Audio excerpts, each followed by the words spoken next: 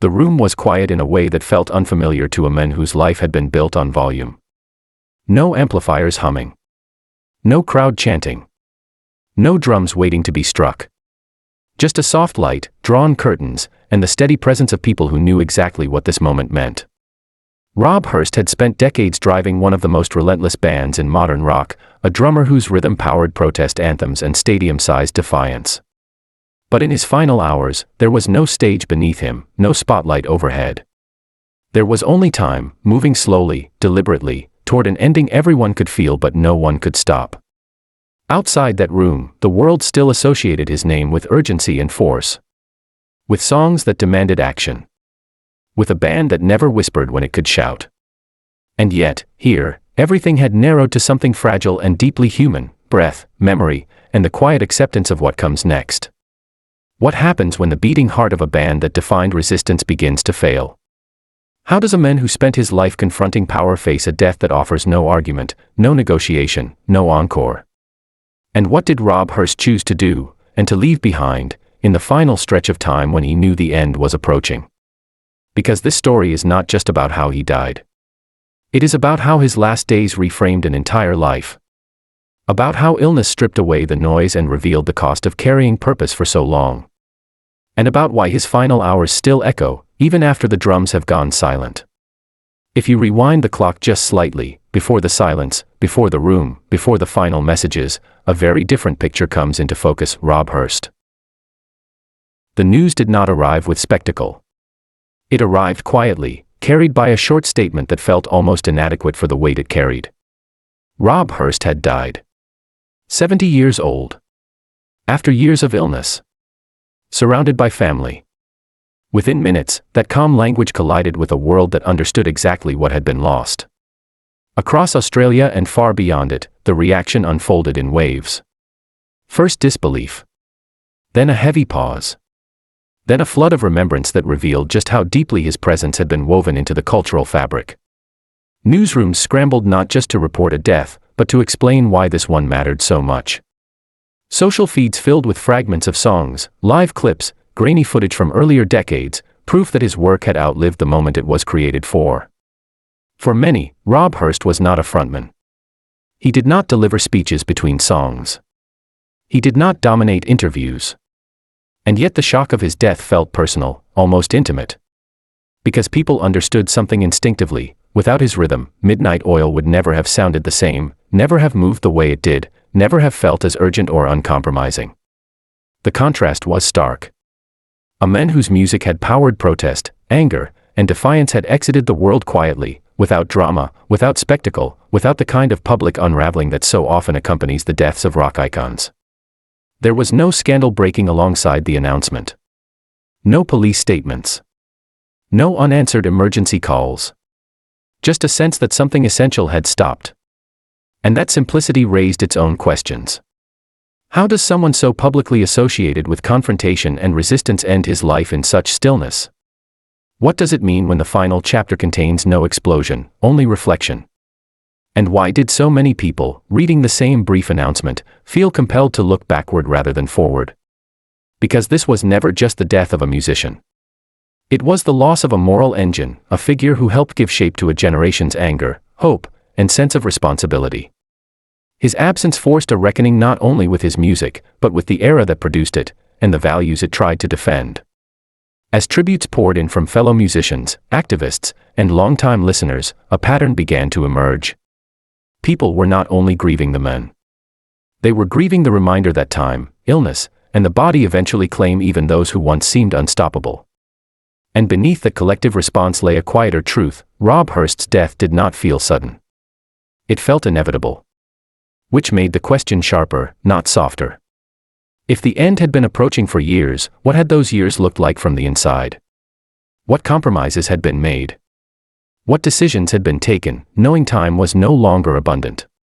To understand why his final hours carried such weight, the story has to move backward, away from the headlines, away from the statements, and into the life that led, step by step, toward that final quiet room.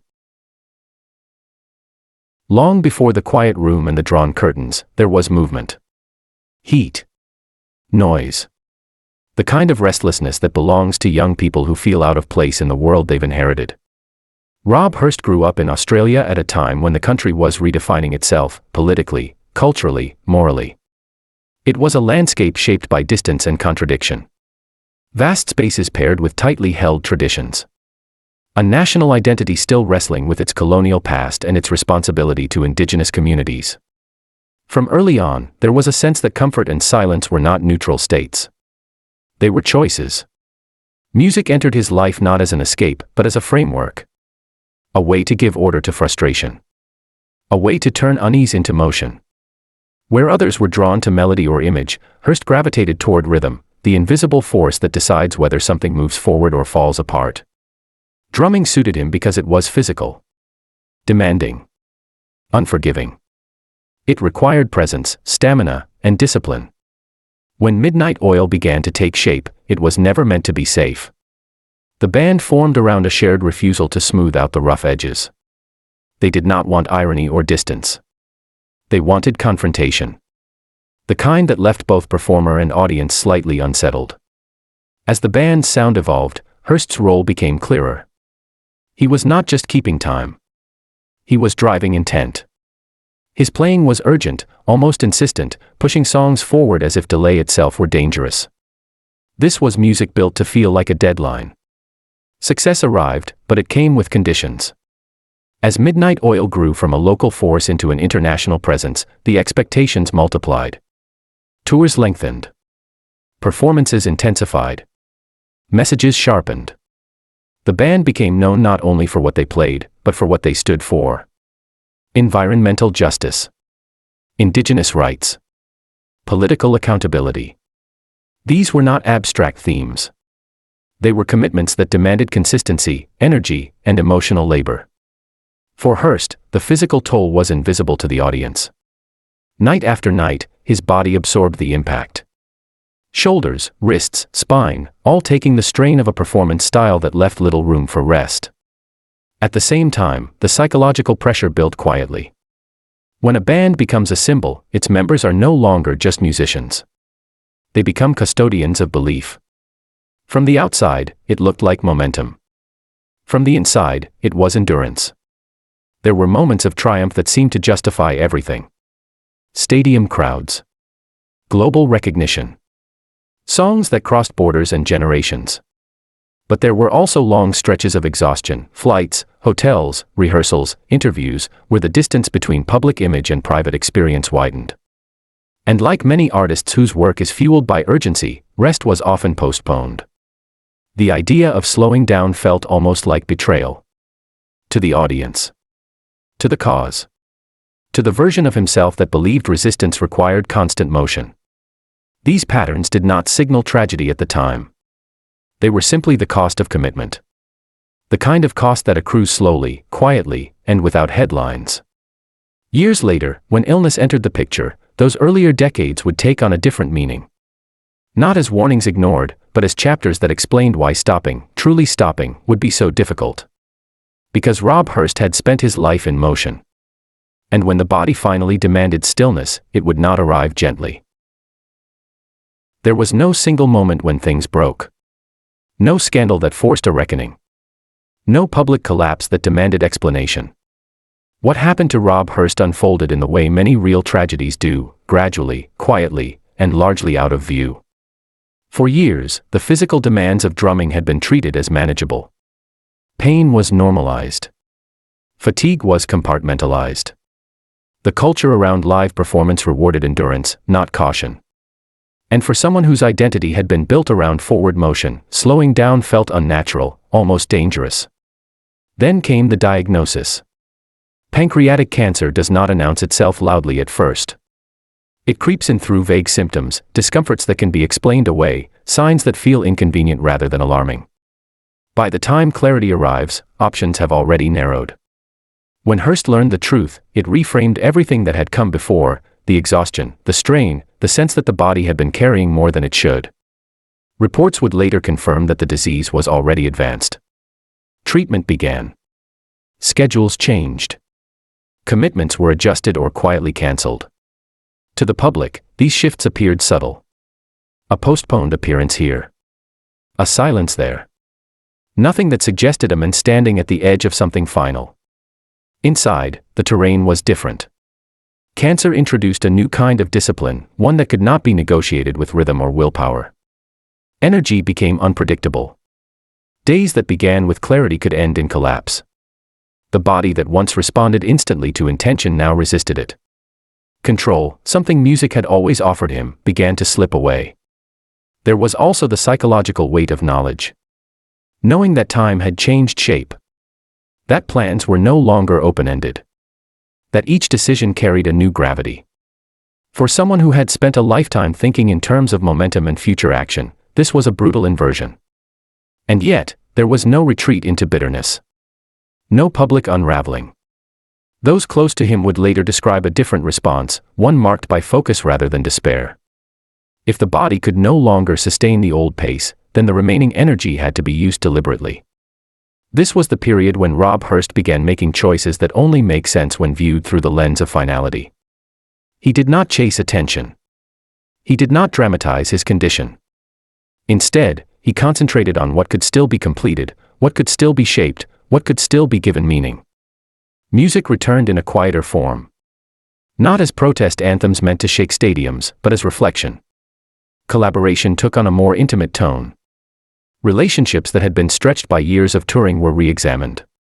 Family time gained a clarity it had never fully possessed before. This phase of his life was not about collapse in the traditional sense. It was about contraction. The world narrowing. Priorities sharpening. The noise falling away. But contraction brings its own form of darkness. There is a loneliness that comes with terminal illness, even when one is surrounded by love. Others can witness the decline, but they cannot inhabit it. The experience remains singular. Private. Unshareable in its full depth. And hovering over all of this was a question that could not be answered by doctors or schedules: how long was left? That uncertainty shaped every remaining decision. It informed what he chose to pursue, and what he let go. It turned ordinary moments into markers. And it set the stage for the final stretch of time, when preparation quietly gave way to acceptance. Because as treatment cycles continued and strength diminished, it became clear that the story was entering its last act. In the final weeks, time no longer moved evenly. Some days stretched, heavy and exhausting. Others passed almost unnoticed, measured only by the small rituals that now defined daily life. The outside world continued at full speed, but Rob Hirst's world had narrowed to something quieter and more deliberate. Projects that once would have taken months were reconsidered in terms of days. Conversations became more precise. There was less room for ambiguity, less tolerance for distraction. What mattered now was not expansion, but completion. Those close to him noticed subtle changes. Not dramatic farewells or grand declarations, but a sharpening of intent. He listened more than he spoke. When he did speak, it was with a clarity that felt intentional, as if each sentence carried weight simply by existing. Music still mattered, but it no longer needed volume. Its purpose had shifted from propulsion to preservation. There were practical decisions too. Medical appointments. Adjustments to treatment. The quiet acknowledgement that certain paths would not be taken. Each choice was a small negotiation with reality, made without spectacle. The absence of drama was not denial. It was acceptance in its most disciplined form. Family became the center of gravity. Time together was no longer assumed, it was protected. Moments that once might have been lost to travel or obligation were now held carefully, as if their value had finally become visible. Laughter still appeared, but it arrived differently, softer, more fragile, and often followed by silence. There were signs, subtle but unmistakable, that the body was approaching its limit. Fatigue deepened. Recovery took longer. The spaces between good hours widened. And yet, there was no rush to dramatize what was happening. No public countdown. No attempt to frame the experience as heroic. Instead, the final weeks carried an atmosphere of quiet preparation. This was when messages were clarified, not always spoken, sometimes simply implied. When unresolved tensions were either addressed or gently set aside. When the future, once a constant companion, began to recede. In these days, Rob Hirst did not appear to be waiting for death. He was adjusting to its presence, allowing it to exist without letting it dominate every moment. That balance, between awareness and living, was perhaps the hardest rhythm he ever had to keep. As days gave way to hours, it became clear to those around him that the margin for uncertainty was shrinking. Medical conversations grew more direct. Comfort replaced intervention. The goal was no longer extension, but peace. And somewhere within that narrowing frame, the final 24 hours began to take shape, quietly, without announcement, marked only by the shared understanding that time had entered its most fragile state. In the final 24 hours, the world contracted to a single space. There were no schedules to keep, no messages to answer, no decisions left to postpone. What remained was presence, the kind that does not ask for attention, only honesty. It is known that Rob Hirst spent these hours in familiar surroundings, with the people who mattered most close by. There was no emergency rush, no sudden turn that demanded explanation. According to those around him, the tone had already been set earlier. This was a moment for calm, not resistance. Morning arrived quietly. Light filtered into the room without urgency. Conversations were sparse, not because there was nothing to say, but because everything important had already been understood. The body, weakened by months of illness, moved slowly now, conserving what little energy remained. Breathing became more deliberate. Pauses lengthened. There were moments of recognition, brief exchanges of eye contact, small gestures that carried more meaning than words. In these hours, communication no longer depended on language. It existed in proximity, in shared silence, in the simple act of being there. As the day progressed, fatigue deepened. What had once been manageable became effortful. According to reports, medical care focused on comfort rather than intervention. The priority had shifted fully. This was no longer about prolonging time, but about protecting dignity. Afternoon blurred into evening. The room grew dimmer. Sound softened. Even the ordinary noises of a home felt distant, as if they belonged to another life. For someone whose existence had been defined by rhythm, by volume, by movement, the stillness might have felt unnatural. But there was no sign of agitation. Only a gradual withdrawal from the physical world. What is clear is that there were no final speeches, no dramatic last requests, no symbolic gestures crafted for memory. The absence of spectacle was not a failure of narrative. It was the narrative.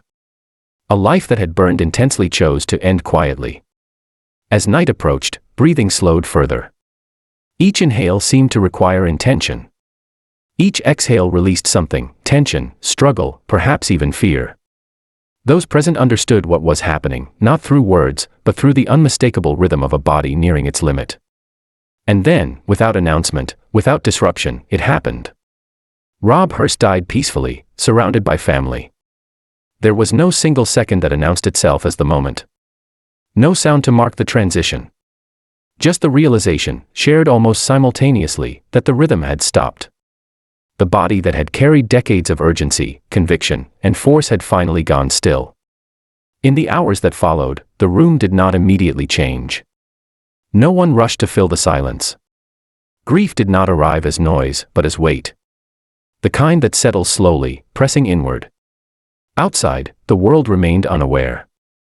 There were no headlines yet. No statements. No tributes. Just a small circle of people sitting with the knowledge that something essential had ended, not violently, not suddenly, but completely. And when the news finally traveled outward, it would begin a second chapter of this story. One that belonged not to the room, but to the world he left behind. When the noise faded and the conversation slowed, what remained was not a question about death, but a reckoning with life. Rob Hirst did not leave behind a mystery in the traditional sense. He left behind something more difficult to process, a life lived at full force, ending without spectacle, forcing the world to sit with the contrast. The men whose rhythms once pushed crowds to their feet departed in stillness, as if reminding everyone that intensity does not need volume to be real. His legacy lives in more than recordings and setlists. It lives in the way his music insisted on responsibility. In the way urgency was never separated from ethics. In the way sound was used not to distract, but to confront. For decades, his drumming was a forward motion, a refusal to stand still in the face of injustice, complacency, or silence. And yet, in his final chapter, he showed another kind of strength. The courage to stop. the discipline to accept limits, the humility to let the body have the last word. Looking back from the vantage point of his final hours, the story rearranges itself. The long tours are no longer just achievements, they are acts of endurance. The relentless pace becomes not only commitment, but cost. The quiet ending becomes not an absence of drama, but a closing statement. There is something deeply human in that arc. The recognition that even those who seem built for resistance eventually face something they cannot push back against. And that dignity, in the end, is not about fighting forever, but about choosing how to stand, or sit, when the fight is over. For the audience he leaves behind, the lesson is not simple. It is uncomfortable. It asks difficult questions about how much we demand from those we admire. About how easily we celebrate resilience while overlooking fragility. About how often warning signs are reframed as dedication. Rob Hirst's final hours do not ask to be romanticized. They ask to be understood. Because in the end, the most powerful rhythm he ever set was not one played on a stage, but the one that guided him toward a quiet, deliberate goodbye. A rhythm that did not seek applause. A rhythm that did not need to be heard to be felt. And when the drums finally stopped, what remained was not silence, but resonance.